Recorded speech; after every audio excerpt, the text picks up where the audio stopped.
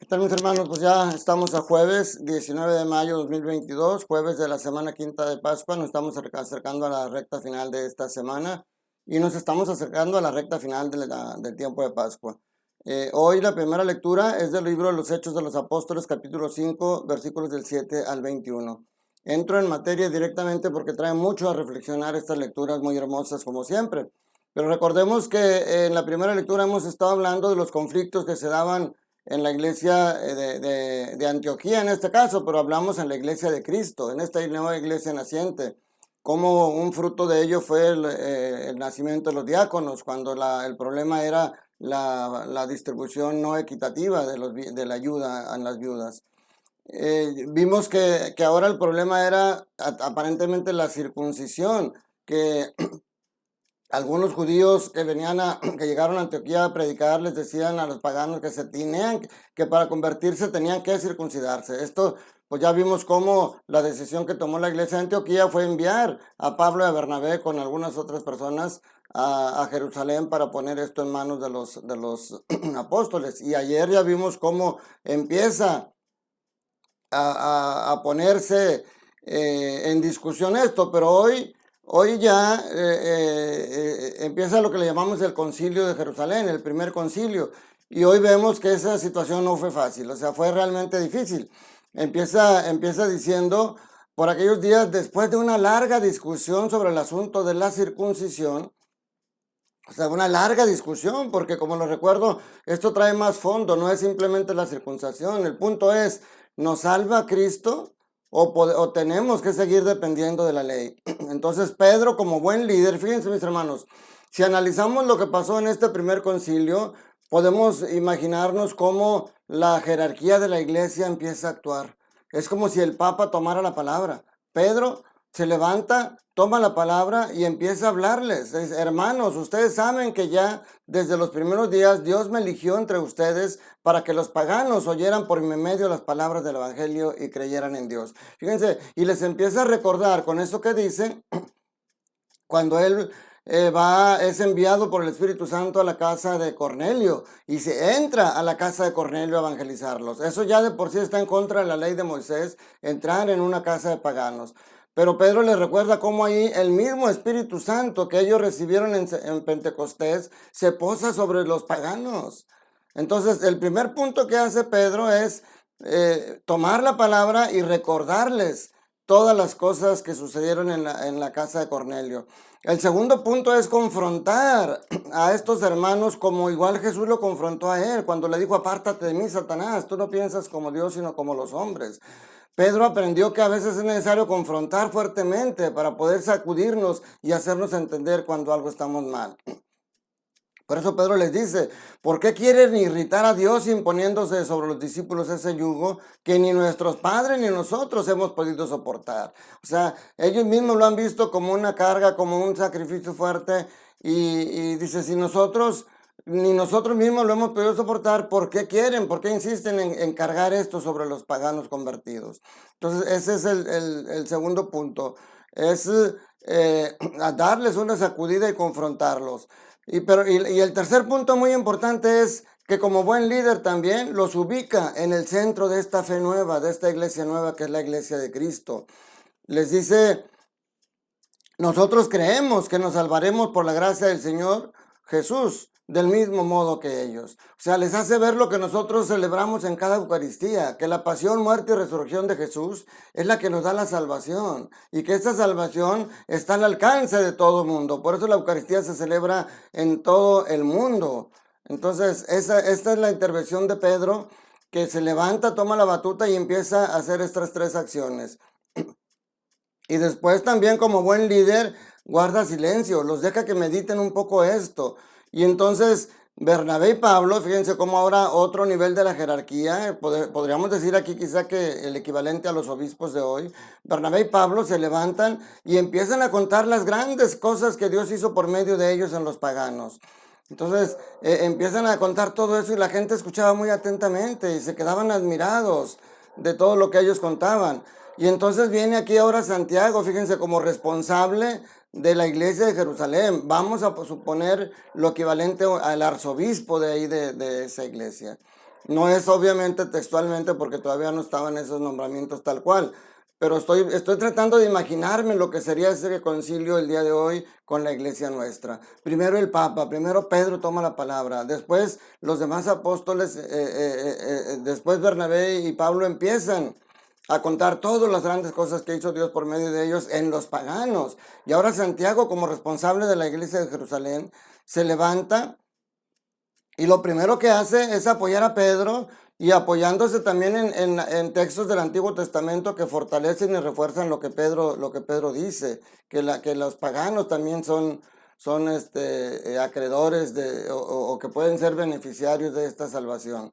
Y entonces después de eso les dice, por lo cual yo juzgo que no se debe molestar a los paganos que se convierten a Dios. O sea, no tenemos por qué darles esta carga, tal como lo decía Pedro, pero eso sí, tiene que haber una distinción entre nosotros y ellos, como la nueva iglesia de Cristo. Por eso dice, les encomienda tres condiciones principalmente.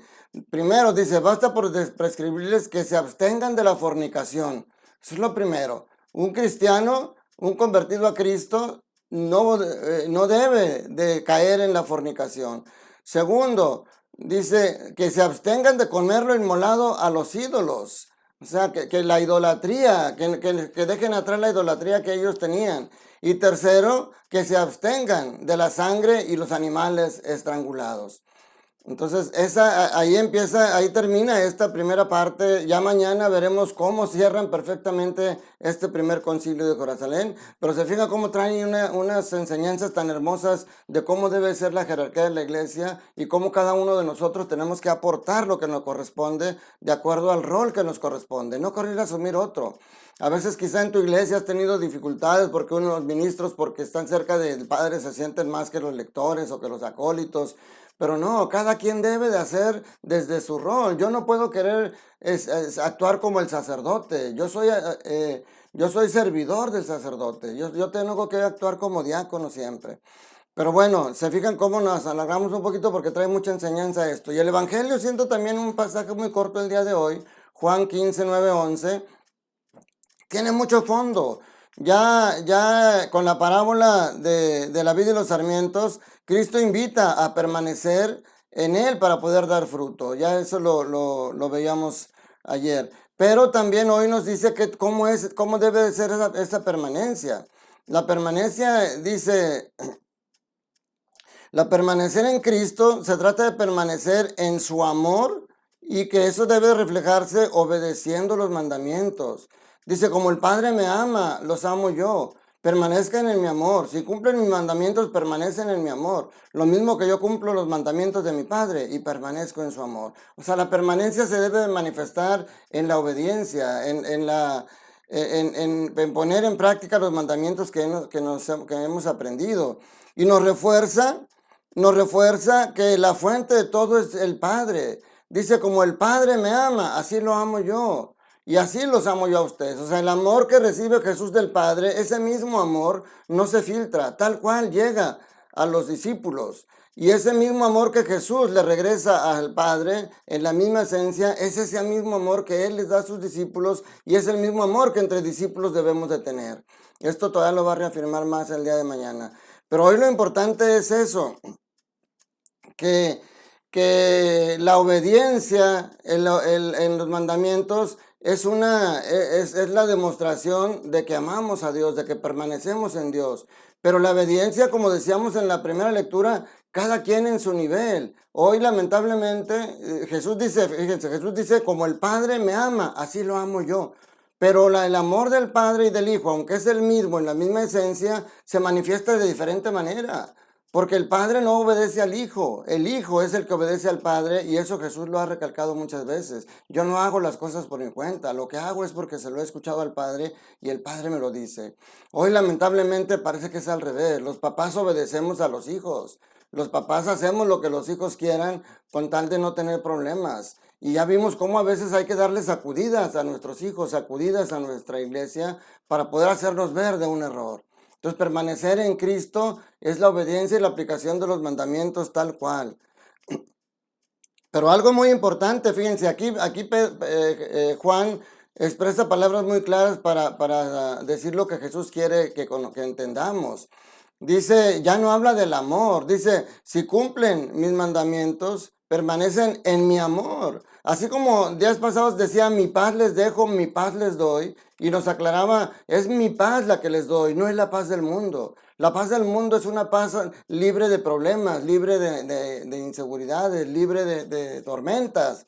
La paz de Cristo la sientes aún en medio de la tormenta.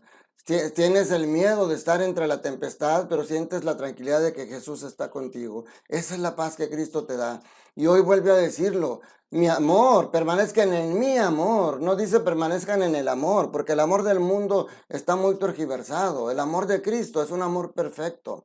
Y luego dice, les he dicho esto para que mi alegría esté en ustedes y su alegría sea plena. El mundo nos da una alegría pasajera. Tú vas a ver un comediante, tú vas a ver una película, tú vas a ver una obra de teatro y la pasas tan bien que sales alegre. Pero esa alegría es buena, obviamente, pero es pasajera.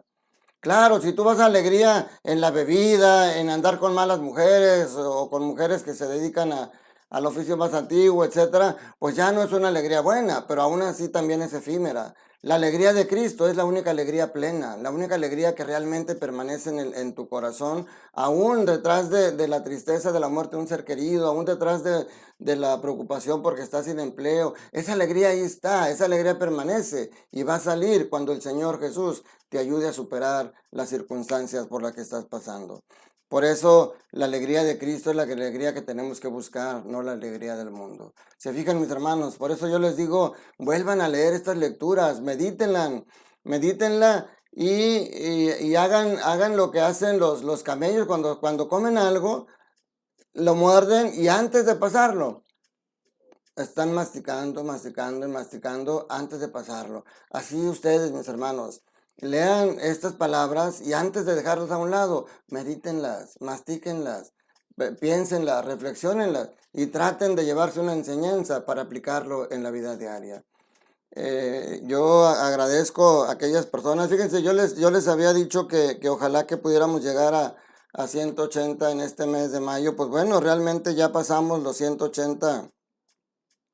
Realmente ya pasamos los 180 suscriptores. Eso es algo muy bueno para mí, pero simplemente como les digo, me motiva el saber que somos cada vez más los que nos reunimos, pero es para gloria de Dios, como se los he insistido.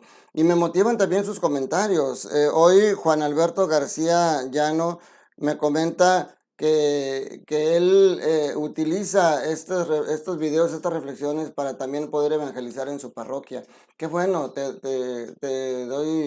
agradezco que tengas este tipo de opiniones, y te pido que pues tu oración me acompañe siempre.